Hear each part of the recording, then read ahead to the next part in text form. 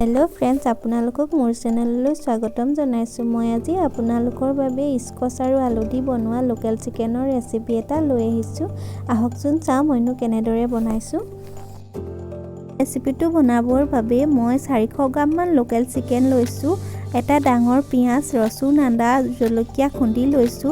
Scotch আৰু আলু কেইটুকুৰামান লৈছো আৰু এফালে মই এটা জলকীয়া, ইলাচি, দালচেনি, কেইটামান জালুক আৰু জিৰা ধনিয়া অলপমান লৈছো। এইখিনি মই এতিয়া পেষ্ট বনাই লম।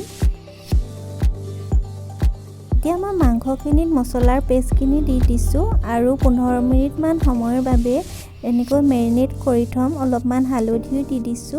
এচামুচৰ জোখাৰে মই ইয়াত নিমখ দি দিছো। এতিয়া গোটেইখিনি ভালদৰে এনেদৰে মিলাই দিছো।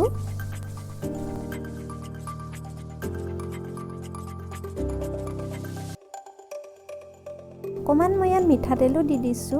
এতিয়া ভালদৰে গোটেইখিনি মিলাই দিম। কেৰাহীখন গৰম হৈ আহিল। ইয়াত মই এতিয়া অলপমান তেল দি দিছো।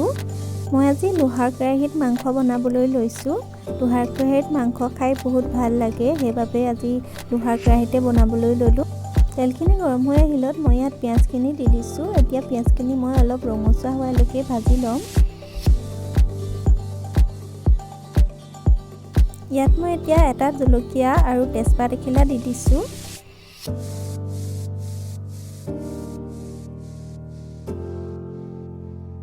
পিঁয়াজখিনি ৰঙচুৱা হৈ আহিল। ইয়াত মই এতিয়া আদা, ৰচুন আৰু জলকীয়া খুন্দি ৰখাখিনি দি দিছো। এতিয়া ইয়াৰ কেঁচা গন্ধটো যোৱালৈকে এনেদৰে অলপ সময় ভাজি লৈছো।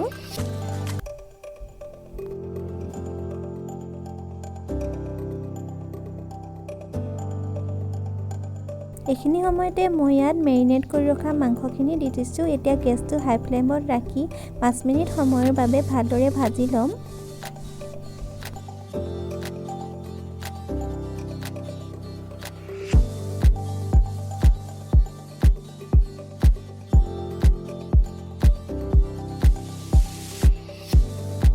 হাই ফ্লেমত 5 মিনিটমান সময় ভজাৰ পাছত এতিয়া গেছটো মিডিয়াম কৰি দিছোঁ।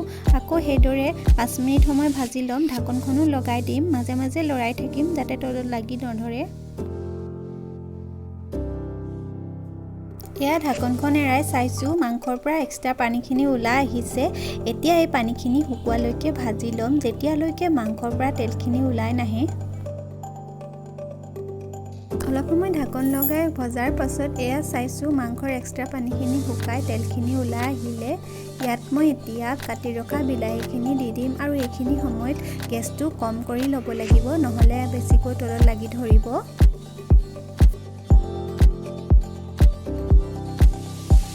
এতিয়া বিলাহীখিনি সিজালৈকে এনেদৰে অলপ সময় ভাজি ল'ম আৰু তলত লাগি ধৰিছে, সেইবাবে মই ইয়াত অকণমান পানী দি দিছোঁ।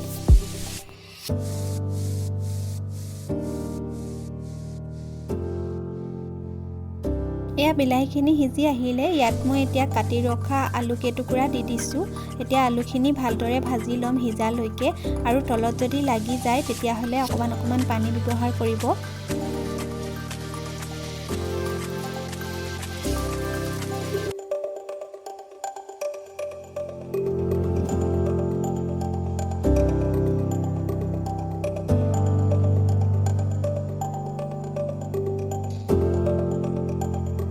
সোনকালে আলুখিনি সিজিবৰ বাবে মই ইয়াত এতিয়া ঢাকনখনো লগাই দিছোঁ আৰু মাজে মাজে লৰাই থাকিম। এয়া ঢাকনখন এৰাই চাইছোঁ, আলুখিনি অলপ সিজিয়ে আহিল। ইয়াত মই এতিয়া কাটি ৰখা স্কচ কেইটুকুৰা দি দিম আৰু এইখিনি সময়ত আপোনালোকে গেছটো একেবাৰে ল' ফ্লেমত ৰাখি ল'ব, নহ'লে তলত লাগি যাব। মই আলুখিনিৰ সৈতে স্কচ কেইটুকুৰা দিয়া নাছিলোঁ, কাৰণ আলু সিজিবলৈহে সময় লাগে, স্কচ সোনকালেই সিজি যায়। এতিয়া মই স্কচ কেইটুকুৰা সিজালৈকে অলপ সময় এনে ভাজি ল'ম।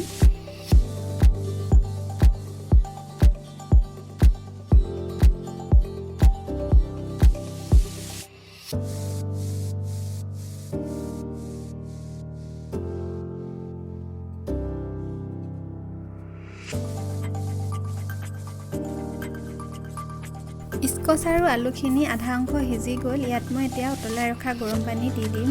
গৰম পানী দিয়াটো দেখাবলৈ নহ'ল, আপোনালোকে নিজৰ জোখ অনুযায়ী গৰম পানী দিব আৰু ঢাকনখন লগাই উতলিবলৈ দিব।